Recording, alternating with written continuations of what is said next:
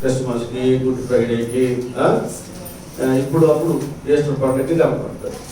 మిగతా టైంలో మాయమైపోతారు.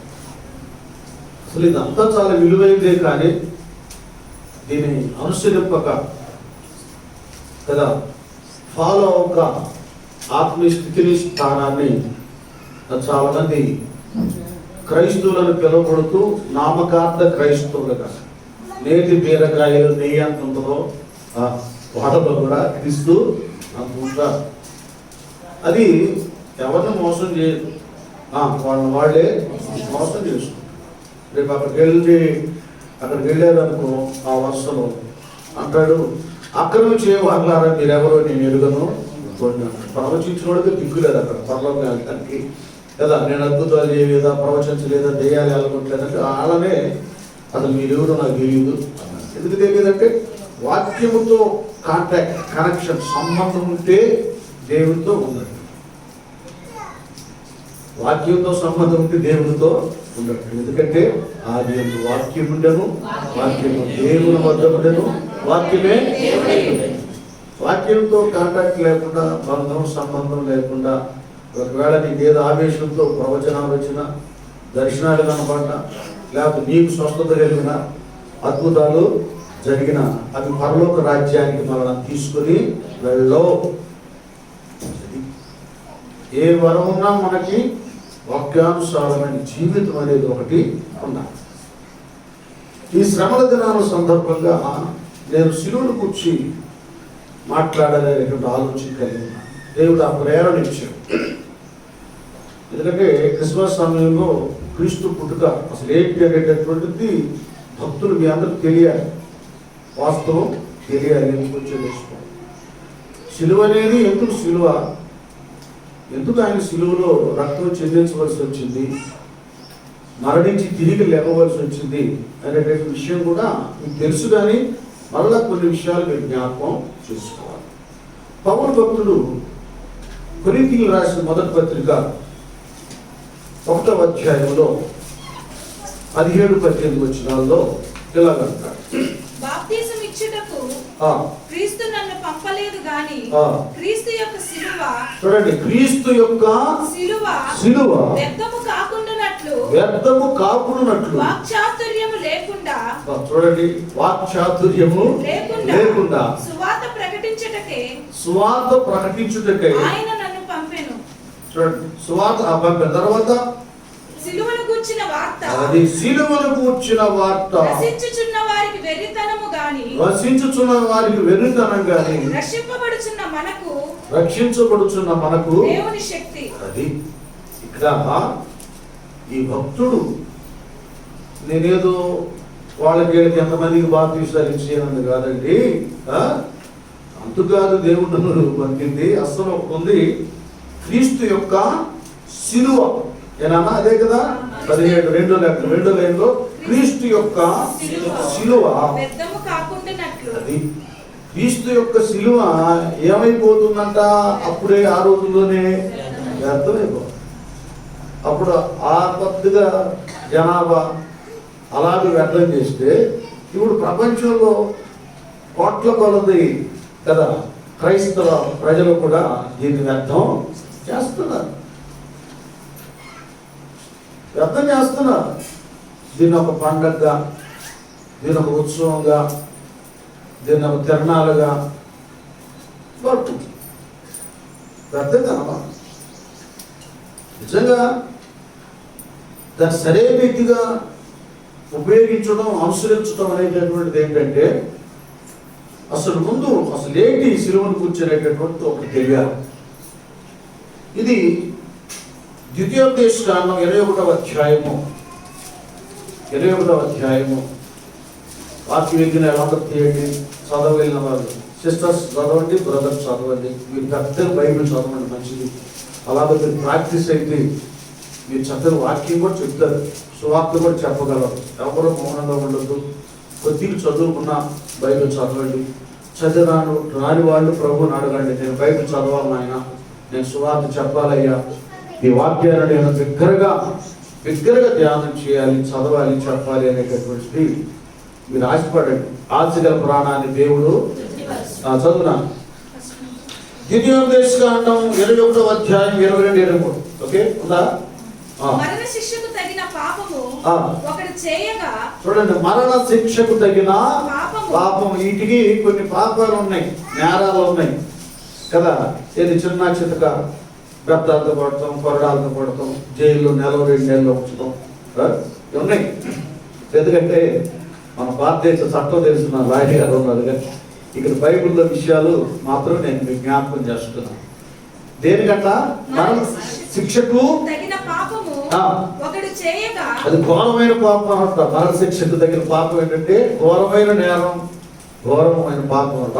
చేయగా అతన్ని చంపి మ్రాను మీద వేలాడదీసిన ఎడల అతని శవము రాత్రి వేళ ఆ మ్రాను మీద నిలవకూడదు. వేలాడదీయబడిన వాడు దేవునికి శాపగ్రస్తుడు కనుక నీ దేవుడైన యెహోవా స్వాస్థ్యముగా నీకిచ్చుచున్న దేశమును నీవు అపవిత్రపరచకుండునట్లు అగత్యముగా ఆ దినమున వానిని పాతిపెట్టవలెను. అది ఆ శవం కూడా ఉండడానికి వీలు లేదు. వాడు శాపగ్రస్తుడు, భయంకరమైనటువంటి నేరాలు చేశాడు, ఘోరమైన పాపం చేశాడు కనుక అట్ట శాపగ్రస్తుని శవం కూడా కనపడటానికి వీలు లేదు. ఆ పాపం అందరూ తగులుకుంటుందేమో అని ఉద్దేశం. అది భయంకరమైన. అయితే అది యూదా చట్టం. మోషేకు దేవుడు చెప్పిన ధర్మ శాస్త్రం, అది వాళ్ళ చట్టం. అది తెలియనిగా గ్రీకులకు, రోమీలకు, ఐగుప్తీయులకు, మిగతా ఆ దేశ రాజ్యాలకు ఆ చట్టాలను కూడా ఈ యొక్క దీన్ని పొందుపరిచారు శిక్ష. అది రోమీలు ఎక్కువగా దాన్ని ఉపయోగించుకున్నారు. ఎవడైనా దేశద్రోహిగా ఉంటే బర్పాలాగినారు.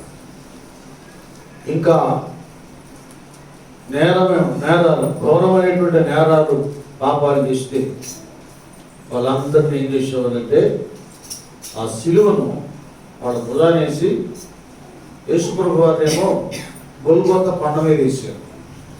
ఆ కల్వరి ఆ గిరి మీద, ఆ కొండ మీద కదా. కల్వరి అంటే అర్థం అంటే కపాల స్థలం. వాస్తవంగా అంటే శ్మశాన వాటిక అనండి, సమాధి స్థలం అనండి.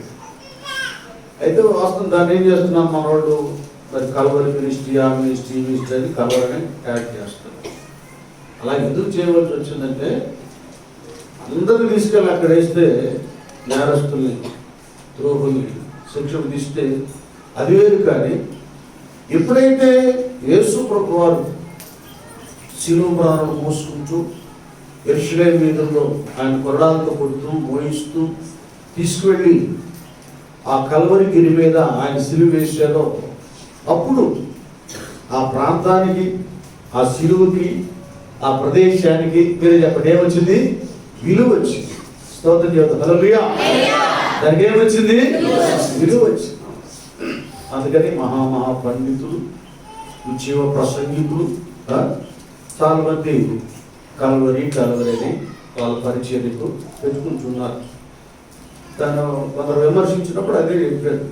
అంటే నిజంగానే ఆ కల్వరి అనే స్థలం కపాల స్థలం, ఆ శిలువ కూడా నేరస్తులకు వేసేటటువంటి శిక్ష సాధనమే. కానీ ప్రభువు అక్కడికి వెళ్ళిన తర్వాత ఆ స్థితి అంతా పూర్తిగా మార్చదు. నేను చిన్నప్పుడు బెంగాల్ అనేటటువంటి మన క్రైస్తవ సినిమా చూశాను.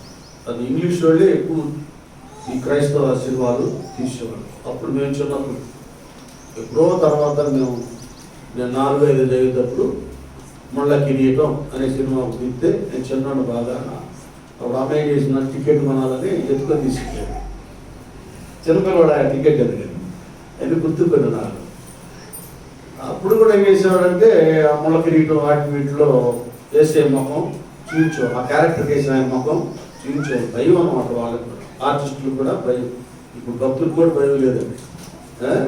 భక్తులు అని చెప్పుకుంటున్న వాళ్ళు కూడా ప్రసంగికులకే దైవం లేదు, బోధకులకే దైవం లేదు. అట్లా పెట్టట్టు మాట్లాడారు. ఒక్కసారి కదా సోషల్ మీడియాలోకి వెళ్తే, యూట్యూబ్లోకి వెళ్తే వర్తమానాలు కొత్త భాషలు నేర్చుకుంటాం మనం. అక్కడ చూడకండి, వాక్యాన్ని రాసుకొని బైబిల్ చదువుకొని ఆ ప్రసంగాలు వింటే దోషణ మాటలు నేర్చుకుంటారు. కట్టేసి ఎందుకు ఏదైనా మంచి వర్తమానం ఉంటే టీవీలో చూసుకోండి, మీ భక్తి జీవితం పాడైపోతుంది. అలా భయపడేవాడు. ఆ దినాల్లో బెన్హర్ సినిమాలో కూడా యేసు ప్రభుకి ఆయన ముఖాన్ని చూపించాడు. ప్రభువుకి సిలువేసిన తర్వాత ఆ వర్షం కురుస్తుంది. కురిసినప్పుడు ఆ నీళ్ళలో ఈ బ్లడ్ కలిసి అలాగూ ప్రవహిస్తూ వెళ్తుండగా బెన్హర్ అనేటటువంటి ఆ సినిమాలో హీరో అనమాట ఆయన వాళ్ళ అమ్మకి వాళ్ళ చెల్లికి కుష్టి వ్యాధి వస్తుంది. తర్వాత ఆ సినిమా తెలిసింది. రావడానికి కారణం ఏంటంటే బెన్హర్ అన్నింటిలో దేవుడు మంచి జ్ఞానం ఇచ్చాడు, నైపుణ్యత కలిగిన వాడు. కత్తిస్వాములో కానీ ఆ ఈటలు ఇస్రే విషయంలో కానీ అసూయపడి ఆ రీతిగా ఫ్యామిలీని టార్చర్ పెడతారు. వాళ్ళ అమ్మని ఆ చెల్లిని తీసుకుని జైల్లో వేస్తే అందరూ గాలి ఏది ఆక కుష్టు వచ్చేస్తారు. ఆ సమయంలో విడుదల చేస్తారు. ప్రభు శిలువ గడిలో వాడు బయటకు వస్తారు. ఈ రక్తంలో ఈ వర్షం నీళ్ళు కలిసి అలా పాల్గొంటుంది. వాళ్ళ కాళ్ళకు తగలగానే ఆ కుష్టి వ్యాధి వాళ్ళు స్వస్థత పొందుకుంటారు. ఇది ఏదైనా సరే అసలు భూలోకానికి ఒక విలువ రావడానికి కారణం దేవుడే, యేసు ప్రభువు. అసలు ఆయన ఈ లోకంలో పుట్టినప్పుడే ఆ పశువుల శాల దగ్గర ఆ తొట్టులో ఆయన పడుకొని పెట్టినప్పుడు దేవుని దూతలు పరలోకం నుండి పెట్టాలి భూలోకానికి కదా. చదువు లోక 2:14 సర్వోన్నతమైన స్థలంలో దేవునికి మహిమయు, భూమి మీద ఆయనకి ఇష్టమైన వారికి సమాధానము కలుగునుగాకని దూతగణాలు ప్రభువాన్ని మహిమపరచడం జరిగింది. ఎందుకంటే ఆయన దేవుడు కదా, దేవుని కుమారుడు. ఎక్కడ ఆయన ఉంటాడో అక్కడ దూతగణం అలాగా ఆవరిస్తుంది. నిత్యం దూతలు ఆయన వెన్నంటుంటారు. ఎందుకంటే పరలోకంలో ధవళ సింహాసనాసీనుడై ఉన్నప్పుడు యెహోవా పరిశుద్ధుడు పరిశుద్ధుడని ప్రతిగానాలు చేయబడుతున్నారు.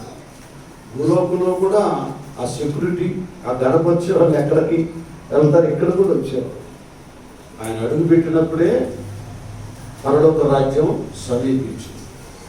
అందుకే కాదు, పరలోక రాజ్యం సమీపించింది కనుక మీరు మారు మనసు పొంది, అదే అంతకుముందు లేదు. ఏంటి పరిస్థితి అంటే యేసయ్య కంటే 6 నెలల ముందు పుట్టినటువంటి యోసేపు గారు కూడా ఇంకా ఆయన రాబోతున్నాడుగా, కనుక యేసయ్య రాబోతున్నాడు కాబట్టి ఇంకేముంది, ఆయన మార్గం సరళం చూస్తున్న ఆయన పరలోక రాజ్యం సమీపించింది అని చెప్పాడు. ఆయన రావటమే, దేవుడు రావటమే భూలోకంలో పరలోక రాజ్యం ఆరంభమవుతుంది, సమీపించు. ఆయన ఎక్కడికి వెళితే అక్కడ పవిత్రం. ఎరుకో కూడా శపితమైతే ఎరుకోకి వెళ్ళి జక్కి ఇంటిని రక్షించాడు కదా. కుష్టి ఆయన్ని, అదే బ్లైండ్ పుట్టు వాడిని అది కల్వరికి విలువ రావడానికి కారణం ఏంటంటే యేసు ప్రభువారు అక్కడ ఆయన రక్తం చిందించుటను బట్టి, ఆయన మరణాన్ని జయించుటను బట్టి ఆ ఉన్నతమైన స్థితి, ఆ స్థానం విలువ కలిగింది కనుక దాన్ని ఎవరు కూడా తక్కువగా చులకనగా ఆ మాటను అంచనా వేయకూడదు, దాని గురించి ఆలోచించుకోవద్దు. అంతే, ప్రభు ఎక్కడ అడిగి పెడితే అక్కడ ప్రశ్న.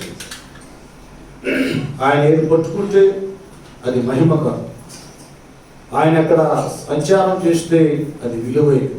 అదొకటి గమనించాలి. అయితే ఇందులో ఇంకొక చిన్న విషయం ఉంది. ఇప్పుడు ఎందుకంటే ఈ ఎర్షిలేం వెళ్ళిపోయి వేసారు, ఇక్కడ సిలువ వేశారు, అక్కడ నడిచారు, ఇక్కడ పాతి పెట్టారు, తీర్థయాత్ర స్థలాల్లాగా దాన్ని దృష్టించుకోవడం, అది తిరణాలు అయిపోతుంది చెప్పు. అంతేగా, ఎందుకు మోసే కాల్ చేయమన్నాడు, శ్రమ కనిపించకూడదు అన్నాడు. ఎందుకంటే ఈ తిరణాల్లో చేస్తారు. ఏదైనా మనం ఆత్మీయంగా చనిపోయాడు, ఇదిగో సూచన, లేచాడు, ఇదిగో ఆయన శ్రమ పడ్డాడు, ఆయన బోధ చేశాడు, బాప్తీసం తీసుకున్నాడు యోర్దాను, అంతవరకు ఓకే. అంతేగాని యోర్దాను నదిని ఇంకేదో పుణ్యనదిగా చేస్తే అది సరైంది కాదు కదా. ప్రతిదీ కూడా ప్రభువా ముందుగానే అన్ని మనం చెప్తూ ఉండడు. అది ఈ బ్యాచ్ ఎంత ఉన్నారని ఆయన అప్పుడే ఆ రోజుల్లో ఇశ్రాయేలు అందరికీ కల్పించాడు. ఏంటంటే ఈ ప్రజలు మనం పెదవులతో ఘనపరుస్తున్నారు కానీ హృదయం ఏదేదో మనుషులు కల్పించిన వాటిని చూసి బోధిస్తున్నారు, పిచ్చిగా చేస్తున్నారు అని అప్పుడే వచ్చాడు. కనుక శిలువ పాత నిబంధన కాలంలో మ్రౌన్ అనేటటువంటిది కదా, ఎవరైతే మరణ శిక్షకు కారకులు ఉంటారో వారిని శిక్షించే ఒక సాధనం, ఒక అది రోమీలు కూడా దాన్ని ఫాలో అయ్యారు, అదే చట్టాన్ని పెట్టారు. ఇక ఆ శిలువను ఎవరైతే ఆ నేరస్తుడు ఉన్నాడో దాన్ని మోసుకుంటూ వెళ్ళాలి. ప్రభువాన్ని అయితే కొరడాలతో కూడా కొట్టడం జరిగింది. వెళ్ళి అక్కడ అతను సిలువ వేస్తారు. చనిపోయిన తర్వాత తీసుకెళ్ళి ఆ కాళ్ళు అవి నరికేసి పాతి పెట్టేస్తారు. అలా ఉంది. ప్రభువాని విషయంలో ఏంటంటే యేసయ్య సిలువను కూర్చి ఆరంభించింది మొదలుకొని కొన్ని ఉన్నతమైనటువంటి ఆత్మీయ విషయాలు అందులో దాచబడ్డాయి. యేసయ్య అరణ్యంలో ప్రసంగం చేసినప్పుడు, రోగుల్ని స్వస్థపరిచినప్పుడు, చచ్చిపోయిన వాళ్ళని బ్రతికించినప్పుడు, చక్కగా దివ్యమైనటువంటి ప్రసంగాలు చేసినప్పుడు చాలా మంది ఆయన అనుసరించారు. ఆయన అరణ్యంలోకి వెళ్తే పల్లెల్లో పట్టణాల్లో నుండి కాలినడకన గుంపులుగా ఆయన దగ్గరికి వచ్చాడు. కొండ మీద ఉంటే ఎవరు ఎక్కగలరండి, కొండ మీద కూడా వచ్చారు. సరస్సుల దగ్గర ఉంటే ఆ చేపలు కంపు కొట్టింది కదా, దాన్ని కూడా లెక్క చేయకుండా, వాసన కూడా లెక్క చేయకుండా అక్కడికి వచ్చి వాక్యాన్ని విన్నాడు. ఆయన ఎప్పుడైతే తన శిలువ శ్రమ, మరణ, పునరుత్థానాన్ని గురించి బోధించడం మొదలుపెట్టాడో, ఒక మాట చెప్పండి, శ్రమలను గురించి తను పొందుకోపోయే శిలువ శ్రమను గురించి చెప్పడం మొదలుపెట్టాడో, అప్పుడు వరకు మేము మీ శిష్యులుగా ఉంటామని 70 మంది పైగా ఆయన్ని ఫాలో అయ్యి శిష్యులు అయిపోయారు. ఈ ప్రసంగం చేయడం మొదలుపెట్టిన తర్వాత అందరూ మాయమైపోయారు. చివరికి 12 మంది మిగిలారు. ప్రభు అన్నాడు, వాళ్ళందరూ వెళ్ళిపోయారు కానీ ఆయన ఇంకా మీరెందుకు, మీరు కూడా వెళ్ళిపోండి అంటే పేతురే అన్నాడు. ఆయన నిత్య జీవాన్ని అనుగ్రహించే నిన్ను వదిలిపెట్టి, ఈ బోధలు వదిలిపెట్టి మేము ఎక్కడికి వెళ్తాం? ఏదైనా సరే నేను మీతోనే ఉంటాం. ఇక 12 మంది శిలువ శ్రమ స్టార్ట్ అయిపోయింది. ఇక యూదులు రోమీలతో కుమ్మక్కైపోయారు. ఈలోపు యేసు ప్రభు వారి యొక్క 12 మంది శిష్యుల్లో చెప్పండి మీరే, ఇస్కరియోతు యోధా. ఎప్పుడు అతని దగ్గర సొమ్ము వచ్చింది. ఈ ప్రార్థనలు ఏంటి అయిపోతూ ఉండేయండి. అయిపోతుంటే ప్రభు వారు ఆయన చేసే ప్రార్థనలు రోగులకి, వీళ్ళు కూడా మిగతా 11 మంది ప్రభుత్వం ఉండి మేము కూడా అలాంటి మహిమయుక్తమైన కార్యాలు చేయాలి అని వాళ్ళు కూడా ఏకీవించడం ఆయనతో ఉండడం జరిగిందండి కదా. ఎవడు పిచ్చి వాడు అన్నట్టు ఎదురేం చేసేవాడు, ఏంటి ఇది జరిగినాయి అమ్మ, మరేది మరి మేము అందరూ బతకాలుగా అయ్యగారు అందరూ, కానీ అందరి దగ్గర డబ్బులు వసూలు చేశారు. ఏసే వసూలు చేయమన్నా కాబట్టి వెళ్ళి ఆలయానికి వెళ్ళి కానుక అర్పించు, మనం సమర్పించు, యాజకులు ఉన్నారు కదా మోషకానికి స్వస్థపడతాక అని చెప్పారు. మొత్తాన్ని వాళ్ళు వసూలు చేశారు. ఆ పిచ్చి అంతటికి ముదిరిందంటే కదా, ఆ పాపస్థితి వచ్చి అత్తరుకుండి బగలు కొట్టిందిగా, ఏంది మాకేం పిచ్చేది, ఇంత విలువైన అత్తరుకుండి బగలు కొట్టింది. పెద్ద ఈయనేందో పేదల ఏడాది దయా దాక్షిణ్యం ఉన్నట్టు, అదన్నీ పేదలకి ఇస్తే ఎంత బాగుండేది. పేదల మీద ప్రేమ ఉండి కాదు, ధనాపేక్షపరుడు, ధనాన్ని సమకూర్చుకోవాలి. అతనిలో పాత స్వభావం పోల. అంతకుముందు బరబ్బా ఫాలోవర్ అయి ఉండేవాడు. ఒక ఘనత, కీర్తి, ప్రతిష్టల కొరకు చాలా ఆరాటపడ్డాడు. అక్కడ డబ్బులు సంపాదించవచ్చు, దోపిడీ చేసి అనుకున్నాడు. ఇక్కడికి వచ్చి మారినట్టు కనపడ్డాడు. కానీ గాంధీ సింహన్ ఎట్లా బాప్తిసం పొందిన వాడి బుద్ధి బయటపడిందో ఇతని బుద్ధి కూడా బయటపడింది. చక్కగా ప్రధాన యాజకుడైన అన్న కైప, ఆ యాజక బృందం, శాస్త్రులు, పరిశీలితో కలిశారు. వాళ్ళు మామూలు కాదు, చాలా తెలివైన వాళ్ళు. అంతరంగాన్ని పరిశీలన చేశారు. వీడికి డబ్బు పిచ్చి బాగా ఉంది. ఇల్లు కోరవాలన్నా ఉప్పు పెట్టాలి, ఇంట్లో సమాధానంగా ప్రేమగా ఉండేవారు. చిన్న భిన్నం చేయాలన్నా అందులో ఒక బలహీనను కొట్టుకుంటాడు మన శత్రువు, మన మీద అసూయగలవాడు. ఏది ఏంటి డ్రింక్ చేస్తాడు, స్మోక్ చేస్తాడు, డబ్బులు ఇంకొక వ్యామోహాన్ని గమనించి వాడు అందులో పడేస్తాడు. పడేసి ఫ్యామిలీ గురించి అంత వ్యతిరేకంగా చెప్తారు. ఎట్లా పత్రం చేయాలో ఆ మాటలని చెప్పి చివరి దానికి పత్రం అయ్యేటట్టు చేస్తారు. అప్పుడు కుటుంబాలు కూడా మనం జాగ్రత్తగా ఉండాలి. ప్రతి వాళ్ళు చెప్పుడు మాట వినకూడదు. భార్య భర్తలు కూడా జాగ్రత్తగా ఉండాలి. ఏదన్నా మీ ఆయన ఏందో ఎప్పుడెప్పుడు వస్తున్నాడు పిచ్చి ఉంటాయి కదా, ఇవన్నీ జాగ్రత్తగా ఉండాలి. ప్రభు అన్నాడు, మీరు పాము వలె వివేకంగా వైపు అనేది అవసరం. లేదా నాకు వెళ్తున్నా ఉదయం పోయి పని సరిగ్గా చేసి పెట్టలేదు, నేను పోలేదని అడుగుతున్నాను, ఏంది ఇట్లా పెట్టేస్తారు. ఇవన్నీ మనం చాలా జాగ్రత్తగా ఉండాలి. ఎలాంటి వాటిలో మేము తగ్గించుకోవాలి, మౌనంగా ఉండాలి. ఏ రక్తమే ఏమని చెప్పాలి. అక్కలారా మీరు కూడా సాత్వికంగా ఉండాలి. అప్పుడు ప్రభు మన మధ్యకి వస్తాడు. స్తోత్రం చేద్దామా? కాబట్టి పని పట్టేసుకున్నారు ఇస్కరియోతు యోధ. వాడికి ఏం పిచ్చో తెలుసుకున్నాడు. సేవ చేస్తున్న మేము దేవుడి పిచ్చి తప్ప ఏ పిచ్చుండా చివరికి మేము పిచ్చోడం అయిపోతాం. లోపల పడి పిచ్చోడం.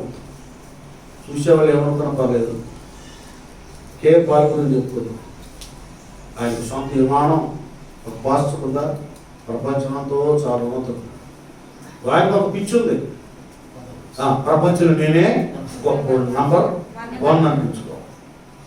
ఇప్పుడు పిచ్చోడిని సినిమాలో కూడా ఆయనే ఉపయోగించుకుంటున్నారు. వాటి వీటిలో కూడా జాగ్రత్తగా చాలా జాగ్రత్తగా ఉండాలి. అమూల్యమైనది దైవ సేవ.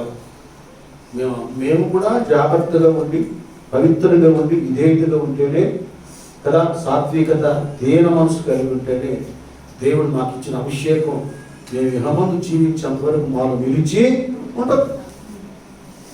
డబ్బులకో, కీర్తికో, ప్రతిష్టకో, స్త్రీకో, వాటికో, వీటికో బానిసలు అయిపోతే చివరికి చేతికి చెప్ప కూడా రాదు. చెప్ప కూడా ఎవరెవరు ఈడ సేవ చేస్తే రాజకీయాలు చేసి చాలా జాగ్రత్త. చక్కగా దేవుడి కుమారుడు దేవునితో ఒక శిష్యుడుగా ఉంటాం, కలిసి తింటాం కదా, సంచారం చేయడం, సేవ చేయడం మహాభాగ్యం కదా. అంత ధన్యతని కొంతమంది బుద్ధిహీనులు, అదే ఒక చక్కటి ఉన్నతమైన అభిషిక్తుల దగ్గర, సేవకురాల దగ్గర నమ్మకంగా బ్రతకం.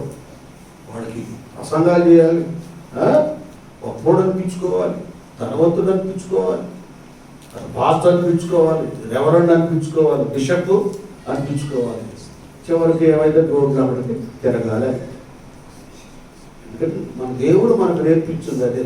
ఒక 2 వారాలు అక్కడ హెడ్ క్వార్టర్ చెప్పారు, తను తాను తగ్గించుకున్నవాడు హెచ్చించుకున్నవాడు. అది కావాలి. ఇక్కడ ఇంత ఉన్నతుడుంటే బుద్ధి జ్ఞానముల సర్వ సంపదలు యేసయ్య పుత్రులై ఉన్నాయి. కల్లారా చచ్చినోడు బ్రతకడం చూస్తున్నాడు, ప్రభు చేసే అద్భుత కార్యాలు చూస్తున్నాడు. ఆయన బోధ చేసినప్పుడు ప్రజలలో మార్పు కలిగి కదా ఎంత దీవించబడుతున్నారో చూస్తున్నాడు. నాకు అది కావాలని, ఆ వరం కావాలని యేసయ్య వెంటబడాలి. కానీ ఆత్మీయ వరం ఇచ్చే దైవ కుమారుడు అక్కడ ఉంటే దెయ్యం ధనం కొరకు ఆతృత వీక్నెస్ గమనించారు. సైతం కూడా అంతే, మన బలహీనత వాడు తెలుసుకొని పట్టు రా అని చిన్నగా బరిలోకి తెచ్చేసారు. అది ఈ గురువుని అప్పగిస్తారా, ఎక్కడ ఉంటాడు నీకు తెలుసు కదా, ఎక్కడెక్కడ ప్రార్థనలో చేస్తాడో అని నీకు తెలుసుగా. అందరూ మా ఇళ్ళకి మేము వెళ్తే ఆయన ఒకసారి వీడియో అప్పటికి గెలిచేమని వనానికి ఏకాంతంగా. కొంతమంది ఎట్లాగే గురువు దగ్గర ఉంటే అన్ని చాలు చెప్తారు. వాళ్ళకి ఈ జనాలు ఏమంటారు, ఇప్పుడు ఆయనతో ఉంటారు కదా, కానీ అన్ని సంగతి బాగా తెలుసు. అయిపోయారు, తిరిగిపోయింది, అంత నాశనం అయిపోయారు. అంతా ఒక గురువు దగ్గర శిష్యులుగా ఉన్నప్పుడు గురువుని మించిన ఉండడం మంచిదే, కానీ ముంచేవాడుగా ఇవన్నీ నేర్చుకుని రాబోయే సేవకులు సేవకురాలు ఏదైనా ఉంటే ప్రార్థన చేయండి. పేరు చర్చాల్లో ఉంటే సంఘం అంతా ప్రార్థన చేస్తే మీకు తెలుసా. ఇంకా అలాంటి ఏమనిస్తే గురువుకు అమ్మగారి దగ్గర అయ్యగారి దగ్గర ప్రార్థన చేయండి. ఆ కోపమో తాపమో దేవుడు సరి చేస్తాడు. అక్కడ మీకు ప్లస్ పాయింట్ అయింది, బహుమానం మీకే వచ్చింది. మా ఆత్మీయ తల్లిదండ్రులను కాపాడుకున్నారని పెద్ద పేరు దేవుడి దగ్గర సాక్ష్యం మొత్తం చెప్పేసాడు. ఎక్కడెక్కడ యేసుప్రభువు తిరుగుతాడు, ఎక్కడెక్కడ ఏకాంతంగా ప్రార్థన చేసుకుంటాడు. మరి నాకేంది అన్నాడు, ఏముంది 30 వెండి నాణ్యాలు, 30 వెండి అని ఎప్పుడు నేను చూడలేదు అనుకున్నాడేమో. మొత్తాన్ని తీసుకున్నాడు. ప్రభు అని చక్కగా మామూలుగా అప్పగించడం. ఎలాగ అప్పించాడు, ముద్దు పెట్టుకున్నా అప్పించాడు. ఎట్లుండదు కదా అసలు, ఎంత బాగా కోపిస్తులకు బాగా కోపం వస్తుంది, పనులాటోడికి నవ్వు వచ్చింది. ఇచ్చాడు, ముద్దు పెట్టుకుని అలా అప్పగించాడు. ఆయన అంత ప్రేమగా ఆయన ఎంతో ప్రేమించాడు. ఇతని పరిస్థితి అంతా యేసయ్య కూడా తెలుసు. అయినా కూడా మారుతాడేమో ఛాయిస్ ఇచ్చాడు అన్నమాట. చివరి గడి వారికి అవకాశం ఇచ్చేసాడు. అవకాశం ఇస్తే దిద్దుబాటు కలిగి పశ్చాత్తాపం కలిగి మంచిగా ఉండవలసింది పోయి చక్కగా డబ్బులు తీసుకొని ఆ గెత్సేమనే వనానికి వెళ్ళిపోయి అక్కడ ఆయన ప్రార్థన చేసుకుంటుంటే స్నేహితుడు ఆయన చక్కగా కౌగిలించుకొని ముద్దు పెట్టుకొని యేసయ్యని చూడండి అప్పగించేసాడు. అప్పగించిన తర్వాత ఆ జడ్జిమెంట్లో జరిగింది ఏంటంటే, ఆ తీర్పులో మనకట్లా మరి ఆగస్టు 15 కొన్ని పండుగలకి కొంతమంది నేరస్తుల్ని మన రోడ్డులో వదిలేస్తారో, అలాగే ఆ పస్కా పండుగ, ఆ పండుగ సందర్భంగా ఈదులు ఎవరిని వదిలేరంటే అంతా మీకు తెలిసిన చరిత్ర అంతా. ఎందుకంటే కరుణామయుడు ఎన్నిసార్లు చూసుకుంటారు మీరు. అలా చేసుకోవడం చాలా ఫిలిమ్స్ వస్తున్నాయి కదా. మాకు ఈ వద్దులే, మాకు బరప కావాలి. అసలు ఎంత భయంకరమైన మీరు ఆలోచించాలి. ఇప్పుడు కూడా అలాగే అయిపోయింది. మనమేమో ఇది మతపచారం కాదు, మత మార్పిడి కాదు. అమ్మా మీకు అర్థమేంటి చెబుతాను. ఎవరైనా ఒక చౌదరి గారు, రెడ్డి గారు, బ్రాహ్మణ్స్, నాయుడు గారు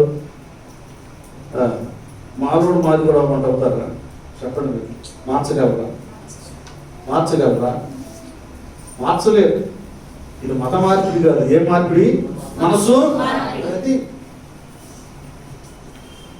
ఏదంటే క్రీస్తును ఫాలో అవుతున్నారు కనుక క్రిస్టియన్స్, క్రైస్తవులు, క్రీస్తులు కలిగి ఉన్నారు కనుక క్రైస్తవులు అనబడే పేరు వచ్చింది.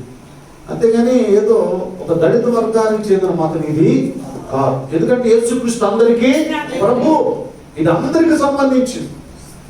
అయితే విషయం ఏంటంటే, ముందు మిషనరీలు వాళ్ళ దగ్గరికి వెళ్ళి వీళ్ళ గుడులు గోపురాల దగ్గరికి రాలేకపోతుంటే వాళ్ళ దగ్గరికి వెళ్ళి వాళ్ళ ప్రేమను, దేవుని ప్రేమను, వాళ్ళ ఆకలి తీర్చి వాళ్ళ వస్త్రం ఇచ్చి అన్ని సౌకర్యాలు కల్పించారు కనుకనే వాళ్ళు ఎక్కువ మంది ఆరంభంలో కదా వాళ్ళు మారు మనసులో రక్షించబడి క్రైస్తవులుగా.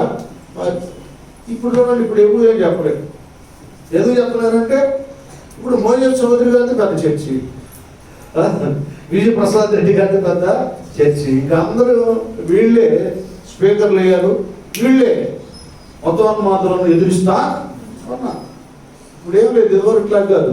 ఇప్పుడు ఎవరిని ఏమంటారు చెప్పు, అందరూ మారిపోయారు, అందరూ యేసయ్యను వెంబడిస్తున్నారు. చాలా మంది దేవుని సేవకులు అయ్యాడు. అస్సలు నిజదేవుడు సత్యం ఈయన ద్వారా తప్ప పరలోకి ఎవరికి రాదని నొక్కి ఒక్కానించి ధైర్యంగా మొన్న ఆది జాన్సన్ ఆయన తీసుకెళ్ళేశారు. ఆయన ఎవరు? నాయుడు గారు. ఆయన ఏడు సత్యాన్ని చెప్పే విషయం ఏమాత్రం భయపడినే ఇప్పుడు కూడా సత్యం చెప్తూనే ఉన్నాడు. వాళ్ళు ధైర్యంగా ఉండి సేవ చేస్తున్నారు. ఏమండి, ఇది కులంతో మతంతో దీన్ని ముడిపెట్టకూడదు. యేసయ్య పరలోకానికి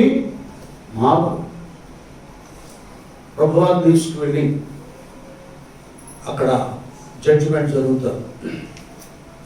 జరుగుతున్నప్పుడు ఆ బరబ్బాని వదిలిపెట్టమన్నా, ఈయన్ని సిలువ వేయమన్నారు. ఏంటక్కడ తీర్పు ఏంటి? శిక్ష ఏంటంటే సిలువ శిక్ష. ఇక ఈ శాస్త్రులు పరిచయులు యాజకుల గుంపు సంస్థ ముందేమో ఆయన 30 వెండి నాణ్యాలు ఇచ్చారు. ఇక జడ్జిమెంట్ దగ్గర మా కేసు కావాలి అంటారేమోనని వాళ్ళ నోర్లు ముయించడానికి అందరి చేతిలో పెట్టేశారు. కాసు బెదిరించారు. జాగ్రత్త, నిన్న ఆలయానికే రానేమో, చర్చికే రానేమో, మతంలో నుండి లేస్తాం, గోత్రంలో నుండి లేస్తాం, మీకు ఆధిక్యతలు ఏమి ఉండవు, స్థానం ఉండదు. జాగ్రత్త. బెదిరింపు, డబ్బు బెదిరింపు. ఇప్పుడు అదేగా చేస్తుంది కదా. మర్యాదకి లంచం తీసుకో, లేకపోతే మీ పిల్లల్ని కిడ్నాప్ చేసేస్తాం. అక్కడికి మర్యాద డబ్బు తీసుకోండి, లేకపోతే మిమ్మల్ని ఈ బెదిరింపులతో వాళ్ళందరూ ఓట్లు కొనిచ్చారు. చెప్పండి, యేసుని సిలువేయాలి అని కేక వేయడం మొదలెట్టారు. చూడండి, ఏ వ్యక్తులకి ప్రేమను జాలిని చూపించి బాగు చేశాడో, ఆరోగ్యాన్ని ఇచ్చాడో, ఆహారం పెట్టాడో, అదే వ్యక్తులు వాళ్ళ నోటితో యేసయ్య సిలువను. ప్రస్తుత క్రైస్తవ లోకంలో కూడా అలాగే మనం ఇంకొక రకంగా ఆయన సిలువేస్తున్నాం కదా. ఆయనకి వ్యతిరేకమైన పొరపాట్లు, తప్పులు చేసి లోకాన్ని ప్రేమించి లోకాశలకు బానిసలైపోయి మనం చాలా ప్రభు గాయాలు రేపుతూనే ఉన్నాం. ఏమన్నారు? ఇంకక్కడ చాలా జరిగింది. నీ యూదుల రాజు అన్నాడు ఆయన. ఈయనేమన్నాడు? నువ్వు అన్నట్లే. ఏంటంటే ప్రతి మాటకి ఒక మర్మము. ఆయన రాజే వాస్తవంగా. అప్పుడు జ్ఞానులు వచ్చేసి కదా, తూర్పు దేశ జ్ఞానం, యూదులకు రాజుగా పుట్టిన ఆయన ఎక్కడ ఉన్నాడు, ఆయన మేము. ఇవన్నీ ప్రభువును కూర్చున్న విషయాలు ఆత్మజ్ఞానం గల వాళ్ళకి మాత్రమే అర్థమవుతాయి, కానీ శరీర సంబంధులకు అర్థమయ్యేవి కావు. ఆయన రాజే. ఎలాగ రాజు? దేవుడు దావీదుకు వాగ్దానం చేసినట్లుగా రేపు జరిగేది ఏంటంటే ఆ యుద్ధం, ఏ యుద్ధం, ఎవరెవరికి యుద్ధం? రష్యాకనో యుక్రెయిన్ జరుగుతుంది. ఆ యుద్ధం, ఈ యుద్ధం తర్వాత ఇస్రాయల్ అందరి యుద్ధం, మొత్తాన్ని ప్రపంచం యుద్ధం వచ్చేస్తుంది. 3వ ప్రపంచ యుద్ధం జరిగేది ఏంటంటే యెరూషలేములో సెంటర్లో కదా, రేపు ఈయనే 1000 ఏళ్ల పరిపాలన చేస్తారు. దేవుని స్తోత్రం. హల్లెలూయా. చాలా టైం ఉంది కదా, చాలా సమయం ఉంది. ఎందుకంటే ఆ మాట అంది అన్నట్లని ఆయన అవుతాడు. తండ్రి దేవుడు తను రాజుగా నియమించాడు. ఇప్పుడు ఏదో వీళ్ళు సంఖ్యలు వేశారు, తలకు మునకిరటం పెట్టారు, ఇంకేదేదో కొరడాలతో కొడుతున్నారని ఆయన నేరస్తుడు కాదు. విషయం ఏంటంటే ప్రతి ఒక్కరూ కదా, ఈ లోకంలో పుట్టిన ప్రతి మానవుడు చనిపోయిన తర్వాత ఆ తీర్పు సమయమున దేవుని సింహాసనం దగ్గర ప్రతి ఒక్కరూ దేవునికి లెక్క అప్పచెప్పాలి. వారి క్రియల చొప్పున దేవుడు వారికి అది అక్కడ శిక్ష వేస్తారు. కాబట్టి రేపు దేవుడి దగ్గర నిలబడాలి, సింహాసనం దగ్గర. ఇప్పుడు ఏం చేశాడంటే కుమారుడు చూడండి, మనందరి స్థానంలో ఆయనే పిలాతు ఎదుట నిలబడ్డాడు. అది అసలు విషయం ఏంటంటే ఒక అద్భుతమైన సంగతి, మనందరి యొక్క శిక్ష లేక పాపం భారం ఆయన మీద వేసేసుకున్నాడు. ఇప్పుడు మనం 10,000 ఇవ్వాలి, వచ్చి ఒకటే టార్చర్ పెడుతున్నాడు, ఇలా తీసుకెళ్ళి అది చేస్తా ఇది చేస్తాను అంటున్నాడు. ఒక ఆయన వచ్చేసాడు, 10,000 ఇచ్చాడు అనుకోండి, ఆ శిక్ష ఉంటుందా? విడుదల అయిపోతుంది. ఆ రుణాన్ని తీర్చేసాడు, ఆ పత్రం చించాడు. అలాగే మన పాప రుణాన్ని కదా, మనం చేసే పాపపు శిక్షను తాను తీర్పు నుండి తాను అనుభవించాడు. ఇప్పుడు ద్వారాలు తెరవబడ్డాయి అన్నమాట. వాస్తవంగా యేసుప్రభు రాకపోతు జరిగేది ఏంటంటే, పాపం చేయ ప్రతివాడు పాపానికి దాసుడు. యేసై చనిపోయి తిరిగి లేచిన తర్వాత ఏమైందంటే, ఆ పాపపు పత్రాలు చించివేయబడ్డాయి. అయితే ఇంక ఏం చేయాలి? ఆల్రెడీ ఆ రుణం లేదు. మొదట నీవు చేయవలసింది ఏంటంటే, పాపము చేయకుండా ప్రభువాన్ని సొంత రక్షకునిగా అంగీకరించి ఆయన అడుగు జాడల్లో నువ్వు నడవడమే మన రుచి కంటే. దేవుని ఎరగని వారి విషయంలో లాగా మొదటి వాక్యంలో అందరూ ఆయన అంగీకరించి ఉన్నారు, వారందరూ దేవుని పిల్లలు అవటానికి దేవుడు ఏమి ఇచ్చాడు? అధికారం ఇచ్చేసాడు. అధికారం ఇచ్చేసాడు. కాబట్టి ఇంకా నేను ఎంత ఏడ్చినా, ఎంత అల్లాడినా, ఎంత పుట్టుకున్నా నా పాపాలకి పరిహారం లేదు, నేను చేసిన దానికి క్షమాపణ లేదు అనేటటువంటిది లేదు. క్షమాపణ ఇచ్చాడు, పరిహారం ఇచ్చాడు, పవిత్రత కలగడానికి అవకాశాన్ని యేసయ్య కలుగా చేశాడు. ఎందుకంటే నువ్వు నేను నిలబడవలసి ఉండగా నిలబడకుండా ఆ తీర్పులో ఆయనే ఆ తీర్పుకి దూరయ్యాడు. ఫస్ట్ ఆయన సిలువు పైన కూడా పైన రాశారు కదా, యూదుల రాజు. సరే, ఇక శిక్ష ఖరారైపోయింది. తలకు ముళ్ళ కిరీటం పెట్టడం జరిగింది. తలకేంటి ముళ్ళ కిరీటం ఏంటి? చూడండి, ముళ్ళ కిరీటం ఏంటి? ఈ తలంపు ఆలోచన కదా. దేవుడు ఒక టైటిల్ దేశపురం వారికి యెషయా 9:6 అంటాడు ఆయన, ఆశ్చర్యకరుడు. తర్వాత నెక్స్ట్ ఆలోచన అంత మరలా యెషయా ప్రవక్త అంటాడు, అరే బాబు నీ ఆలోచనలు వేరు, నా ఆలోచనలు వేరు, నీ తలంపులు వంటివి కావునా మీ ఆలోచనలు వంటివి కావు. అంటే అర్థం ఏంటంటే, మన ఆలోచనలు తలంపులన్నీ ఆదాము వల్ల పడేసి దగ్గర నుంచి సైతాను గాడు తన ఆలోచన ప్రకారం, తన తలంపుల ప్రకారంగా మనం నడిపిస్తా ఉన్నాం. ఇప్పుడు ఆ చెడు తలంపులన్నీ కూడా దూరం అయిపోయి ఈ తల నుండి వచ్చిన పవిత్ర రక్తంతో కదా మన యొక్క బ్రెయిన్ శుద్ధి చేయబడి పవిత్రమైన దైవ తలంపులు, దైవ జ్ఞానం కలగటానికి ఆయన తలకు ముందుగా కిరీటము పెట్టబడి స్తోత్రం చెప్తాం. హల్లెలూయా. అక్కడి నుంచి వచ్చేస్తుంది. ఇక ఏం చేశారు? తీసుకెళ్ళి ఆయన్ని యెరూషలేము వీధుల్లో ఆ శిలువను భుజాన్ని వేశారు, కొరడాలతో కొడతా ఉన్నారు.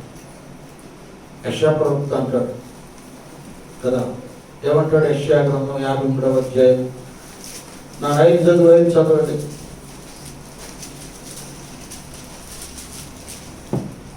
ప్రేమ తిరిగిపోయిందండి. చూడండి, మన అతిక్రమమును బట్టి అతడు అట్లా చక్కగా వివరంగా పరిశుద్ధాత్ముడు చూడండి మనకు అర్థమయ్యేట్టుగా రాయించాడు. మన అతిక్రమమును బట్టి ఆయన మన దోషములను బట్టి నలుగగొట్టబడి. చూసారా? ఇంకేమన్నా? మన సమాధానార్థమైన శిక్ష అతని మీద పడెను, అతడు పొందిన దెబ్బల చేత మనకు స్వస్థత కలుగుచున్నది. అది ఏం కలుగుతుంది?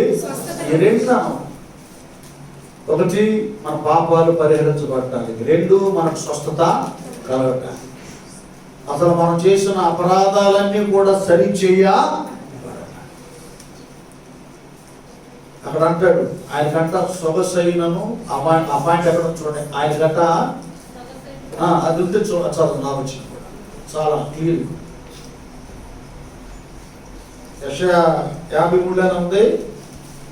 అతనికి స్వరూపమైనను సొగసైనను లేదు. అది ఇప్పుడు ఆయన మొక్క ఒక్కడు ఏం చేశాడు, గంట పెట్టి పెరిగేసాడు, ఆయన మొక్కన గుద్దేసాడు, చక్కటోడు కదా ఆయన దవడ 10,000 మందిలో కూడా ఆయన్ని గుర్తించవచ్చు. వాళ్ళ అంతమందిలో కూడా అందగాడిగా కనపడతాడు. అందంగా ఎవరు ఉన్నారంటే యేసుప్రభువు. మంచి పర్సన్, చక్కటి వెంట్రుకలు కదా, ఒక సౌందర్యం ఉంటుంది, అందమైన వాడు, సార్ అందమైనటువంటి వాడు. వర్ణం ఏంటి? దవడ. అలాంటి వాడు ఎందుకు ఏం లేదమ్మా, సొగసైనను సొగసైనను లేదు. మనం అతన్ని చూచి అపేక్షించినట్లుగా అతని యందు స్వరూపము లేదు. అతడు తృణీకరింపబడిన వాడును, ఆయన మనుషుల వలన విసర్జింపబడిన వాడును, వ్యసనాక్రాంతుడు గాను, వ్యాధిని అనుభవించిన వాడు గాను, మనుషులు చూడనల్లడిన వాడును గాను ఉండెను. అతడు తృణీకరింపబడిన వాడు గనుక మనం అతనిని ఎన్నిక చేయకపోతిమి. నిశ్చయముగా అతడు మన రోగములను భరించెను, మన వ్యసనములను వహించెను. ఆయనను మొత్తబడిన వానిగాను, దేవుని వలన బాధింపబడిన వానిగాను, శ్రమనొందిన వానిగాను మనం అతనిని ఎంచితిమి. చూసారా ఏంటి ఈ స్థితి? ఎందుకు ఈ స్థితి ఆయనకి రావడానికి కారణం? ఎందుకు ఇలా అయిపోయాడు ఆయన అంటే ఇదంతా మన కొరకే. యెషయా గ్రంథం 1వ అధ్యాయంలో ఏ రాయబడి ఉంది? మన బ్రతుకు మనం ఎట్లున్నామంత నడినెత్తి మొదలుకొని చూడండి, అసలు మన బ్రతుకు ఎలా ఉందో చూడండి.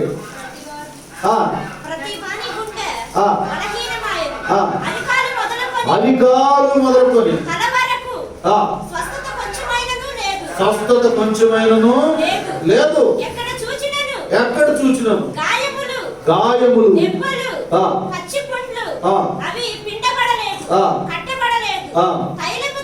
తైలముతో మెత్తన చేయబడలేదు.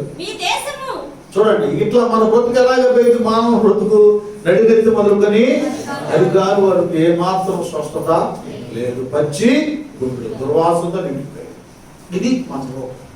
నాన్న వినండి, ప్రతిదానికి ప్రభువు ఒక ఆయన జడ్జిమెంట్ కానీ, ఆయన తలకు ముళ్ళ కిరీటమైనా, ఆయన వీపు చాడుగా దున్నపడటమైనా, ఇవన్నీ ఎందుకు? సొగసైనను స్వరూపమైన లేకుండా పోవడానికి కారణం ఏంటంటే ఇదిగో మన బ్రతుకు ఆకారం లేదు. దైవాజ్ఞ ఉల్లంఘించి దేవునికి వ్యతిరేకులు అయిపోయి ఎట్లా చెబుతున్నాడంటే యెషయా ప్రవక్త, ఎద్దు తన కామందును ఎరుగును, గాడిద నా ప్రజలకు ఏమి లేదు, తెలివి లేక, దైవ జ్ఞానం లేక, దైవ భయం లేక, సైతాను గాడికి లోబడిపోయి ఇదిగో అసలు యజమాని మర్చిపోయాం. సొంత దుడ్డు అంటే పరలోకం అనమాట. మనకి ఈ లోకం కాదు, శాశ్వతమైంది. ఇవన్నీ అతిలే మనం సొంతలో ఉన్నా. వాస్తవంగా మనం ఏదో ఒక డిపార్ట్మెంట్లో చేస్తున్న వాళ్ళకి రైల్వే క్వార్టర్స్ ఇస్తారు, మరో దాంట్లో మరో క్వార్టర్స్ ఇస్తారు. రిటైర్డ్ అయిపోయిన తర్వాత ఖాళీ చేసి బయటికి పోవాలి. ఇక్కడ ఉన్నాం కాబట్టి క్వార్టర్స్లో ఉంటున్నాం. అసలు శాశ్వతమైంది, నిలవరమైనది పరలోక, అది మర్చిపోయాం. చిన్నపిల్లలు నేర్పించినట్టు నేర్పించాడు పరలోక ప్రాంతంలో. పరలోకమందున్న నాయన పరలోకం అనేది అక్కడ మీ తండ్రి ఉన్నాడు. ఏదో భౌతికపరమైన తండ్రులు ఉన్నా వాళ్ళని ఆ ఫాదర్ ఈ ఫాదర్ అంటున్నా, అసలు ఫాదరు ఆయన, అసలు సొంత ఇల్లు మీకు అక్కడ ఉన్నాయి. ఏమి మర్చిపోయాం. ఎత్తైనా తన కామం జరుగుతుంది, గాడిద దొడ్డు తెలుసుకుంటుంది, కానీ అసలు మనమే వాడు, మనకేం లేదు, సొంత రాజ్యం పరలోకం లేదు, మన యజమానుడు దేవుడని లేదు. అది అయిపోయింది పరిస్థితి. రూపం అంతా కూడా నడినెత్తి మొదలు అధికారులకు ఏమి. కనుక మన రూపం ఆయన ధరించి శిలువ శ్రమ ద్వారా, కరుణ దెబ్బల ద్వారా మన రూపం ఆయన ధరించి తన రూపాన్ని మనకి ఇచ్చాడు. ధవళావర్ణుడవో యేసు రక్తావర్ణుడవీవు ధవళావర్ణుడవో యేసు రక్తావర్ణుడవీవు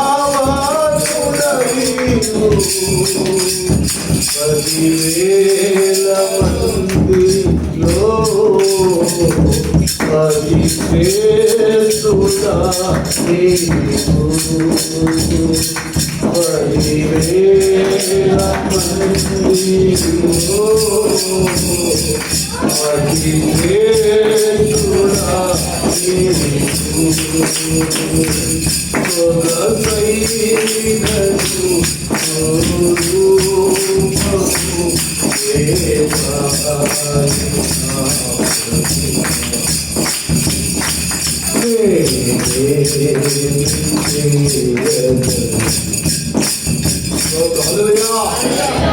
అలాంటి మన కొరకు కదా స్వభశైలను మనలను తనవలే మార్చుకో ప్రతి దానిలో ఆయన శిలువ శ్రమ వేదనలో పరమార్థం ఉంటాయి, మానవార్థం కాదు. మానవ రీతిని లౌకిక రీతిని పోల్చడం కాదు. తండ్రైన దేవుడు మనందరికీ తన దివ్యమైన కుమారుడు రూపాన్ని ఇచ్చడానికే తన కుమారుడు రూపాన్ని ఆయన తారుమారు చేశాడు. అందుకే అంటాడు యోహాను సువార్త 3:16 దేవుడు లోకముని ఎంతో చూడండి మరి ఇంపార్టెంట్ వాడు అమ్మ. దేవుడు లోకమును ఎంతో ప్రేమించెను కాగా ఆయన తన అద్వితీయ కుమారునిగా పుట్టిన వాని యందు విశ్వాసముంచు ప్రతి వాడును నశింపక నిత్య జీవము పొందునట్లు ఆయనను అనుగ్రహించెను. లోకము తన కుమారుని ద్వారా రక్షణ పొందుటకే గాని లోకమునకు తీర్పు తీర్చుటకు దేవుడు ఆయనను లోకములోనికి పంపలేదు. సిలువ అంటే ఏంటి? దేవుని ప్రేమ. సిలువ అంటే ఏంటి? దేవుని ప్రేమ. లోకాన్ని ప్రేమించేడు కనుకే లోకంలో ఉన్న మానవాళ్ళందరినీ తన ప్రియ కుమారుడు రూపాన్ని వాళ్ళకి ఇవ్వడానికి ఆ కుమారుడినే ఈ లోకానికి పంపించాడు. శిలువ శ్రమను అనుభవించడానికి కారణం ఇదే.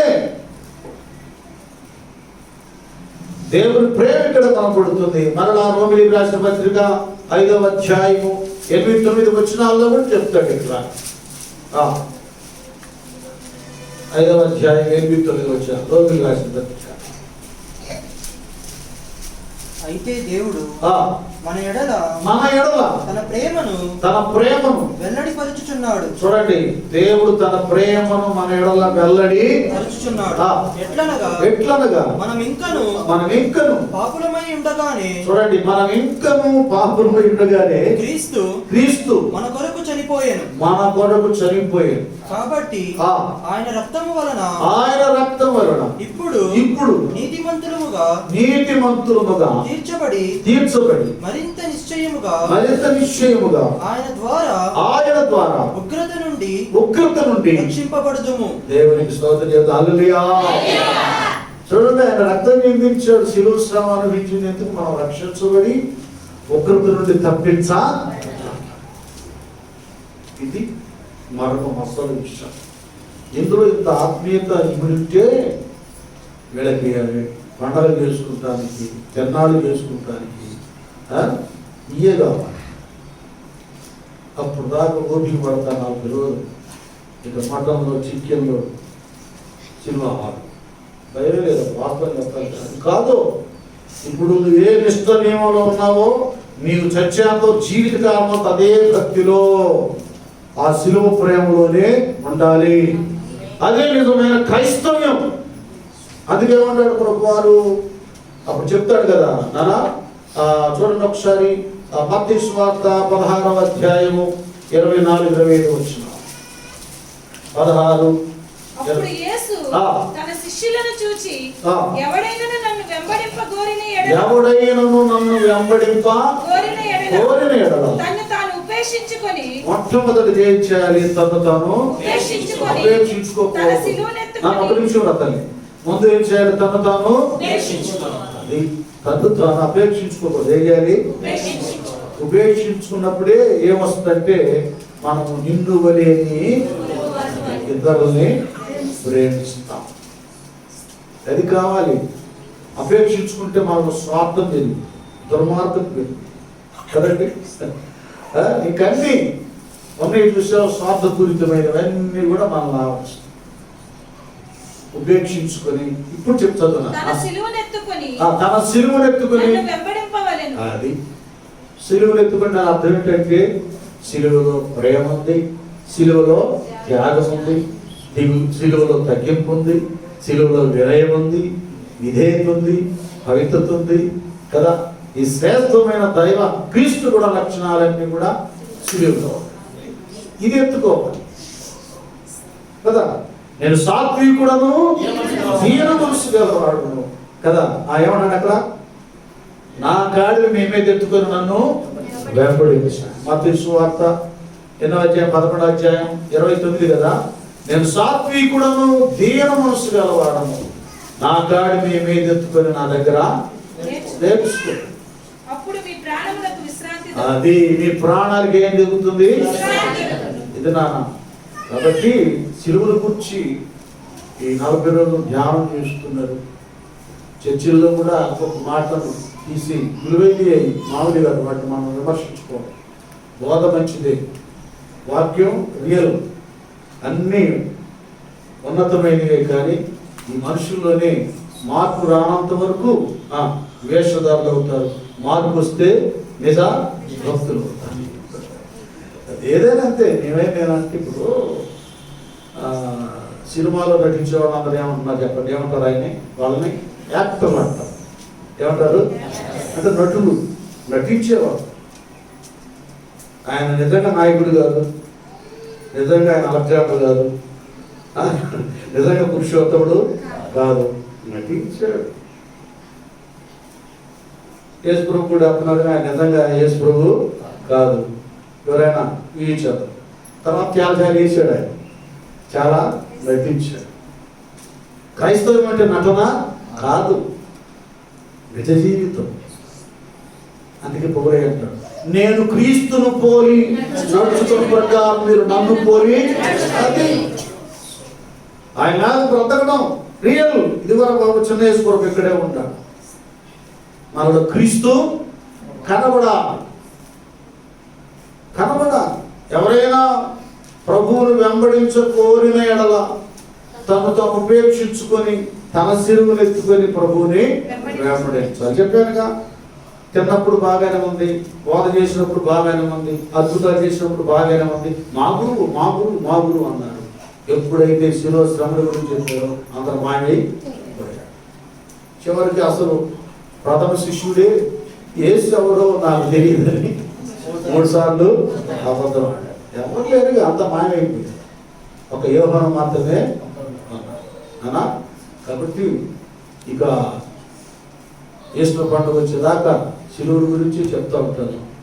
ఇప్పుడు విన్నారు కదా, నెక్స్ట్ గోపికల్లో ఉంటాను వచ్చే నెలలో, వచ్చే ఆదివారం. అది చూసుకోండి యూట్యూబ్లో, శాలేమ దీవెన చూడండి. కాబట్టి శిలువ చాలా విలువైంది, దానిలో చాలా ఉన్నతమైనటువంటి ఆత్మీయ విధానాలు దాచబడి ఉన్నాయి. వాటిని మనం ఫాలో అవుతాం. యేసుప్రభు వారి ప్రేమ ఎంత ఉన్నతమైందంటే శిలువను మోస్తూ వెళ్తున్నాడు యెరూషలేము వీధిలో.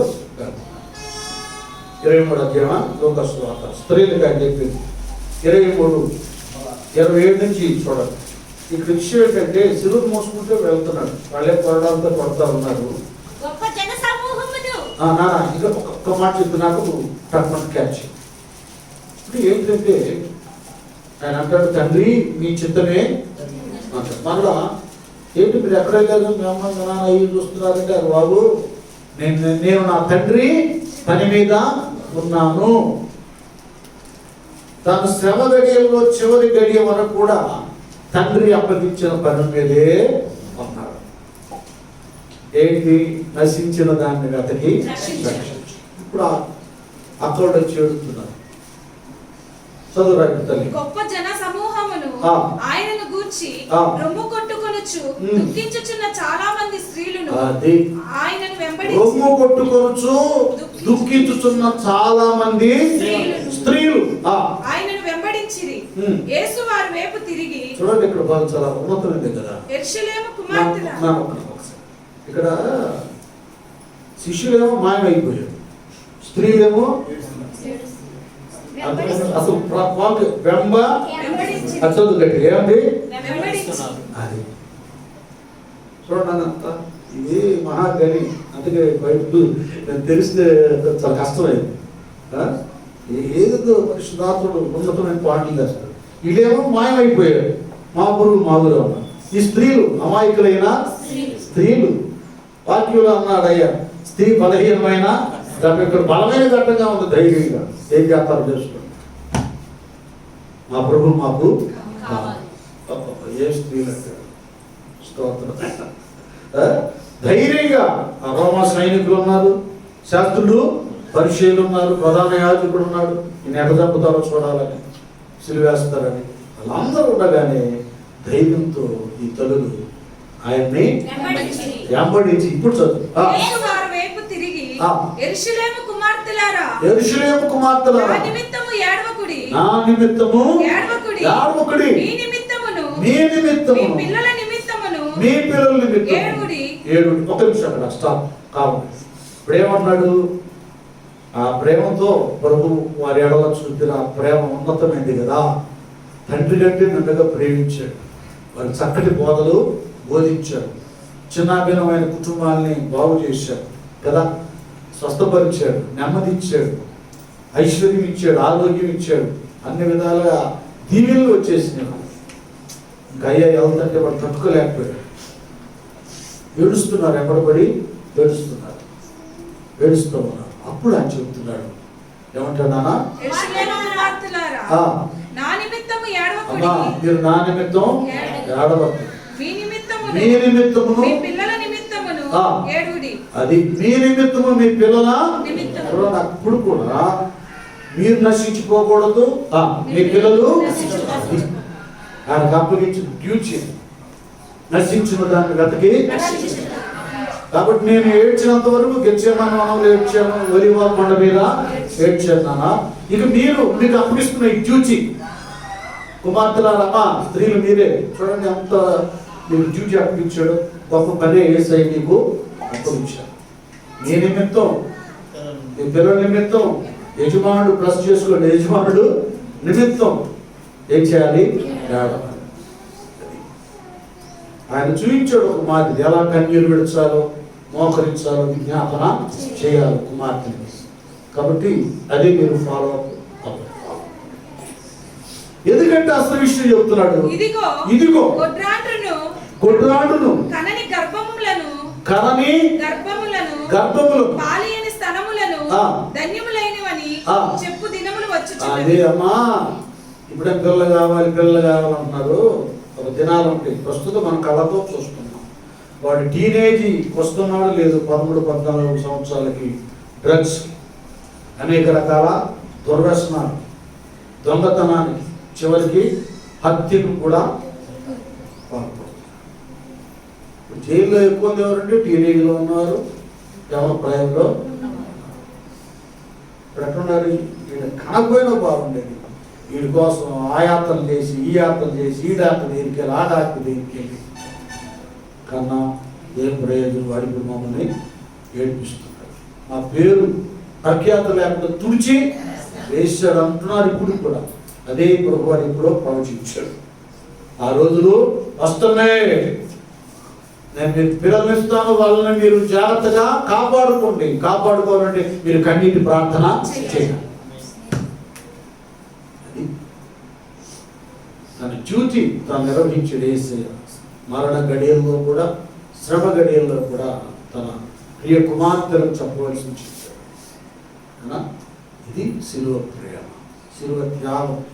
ఏదో నోటితో 7 మాటలు 2 రోజులు నేర్చుకొని చెప్పి అంత తేలికైంది కాదు. ఎంతో ఆ శిలువలో శ్రమ అనిపించాడు. కాబట్టి మనం కూడా నేర్చుకున్నాం, శిలువ సమానుభూతిని నేర్చుకున్నాం. శిలువలో ఉన్న త్యాగం, ప్రేమ, వినయం, విధేయత, సమర్పణ ఇవన్నీ కూడా మనం తెలుసుకున్నాం.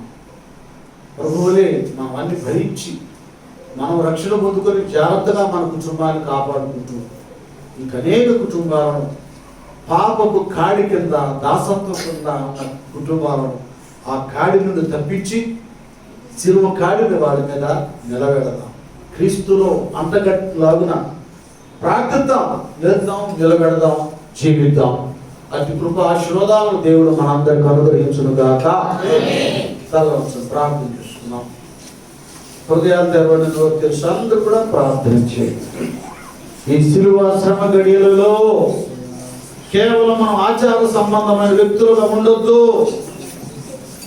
శిలువను అనుసరించే వారిగా, మోసే వారిగా, ప్రేమ త్యాగం కలిగినటువంటి శ్రేష్ఠ గుణలక్షణం కలిగినటువంటి వారిగా మనం తీర్చబడదాం. హృదయాలు తెరవండి కుమార్తెలారా, కుమారులారా, ప్రభు ప్రేమను తెలుసుకొని వెళ్దాం. అందరూ కూడా అందరూ హృదయం తెలుసు ప్రార్థన చేయండి. హల్లెలూయా, హల్లెలూయా, హల్లెలూయా. యేసునాథా నీకు స్తోత్రం అయ్యా, కర్తా నీకు స్తోత్రం. సిలువలో సిలువలో సిలువలో నా ప్రభువా, శ్రమలలో శ్రమలలో శ్రమలలో నలిగేవా, సిలువలో నీవేను నిలిచెను వేకులతో, సిలువలో నీవేను నిలిచెను వేకులతో, బరువుతో నీ తనువు ఒరిగెనా వేదనతో. పరమ తండ్రి నీకు స్తోత్రాలయ్యా. ప్రస్తుత క్రైస్తవ లోకం నీ శిలువ శ్రమల గురించి ధ్యానం చేసుకుంటుందయ్యా. మేము కూడా మీ పిల్లలమై ఉన్నాం కనుక కొద్ది సమయం మీరు శిలువలో చూపిన మీ ప్రేమ త్యాగాన్ని, తగ్గింపును, క్షమాను చూసిన ఆయన అయ్యా వాటి గురించి మేము ధ్యానం చేసుకున్నాం. నేను చెప్పువాడు మాత్రమే కాకుండా, మీ పిల్లలు విలువారు మాత్రమే కాకుండా అయ్యా నిన్ను వెంబడింపుకొని వారు తమ ఉపేక్షించుకొని తన శిలువను ఎత్తుకొని వెంబడించాలన్నట్లుగా ఆ సమర్పణ త్యాగపూరితమైన బ్రతుకు కలిగి మేము దానికి సహాయం చేయండి అయ్యా.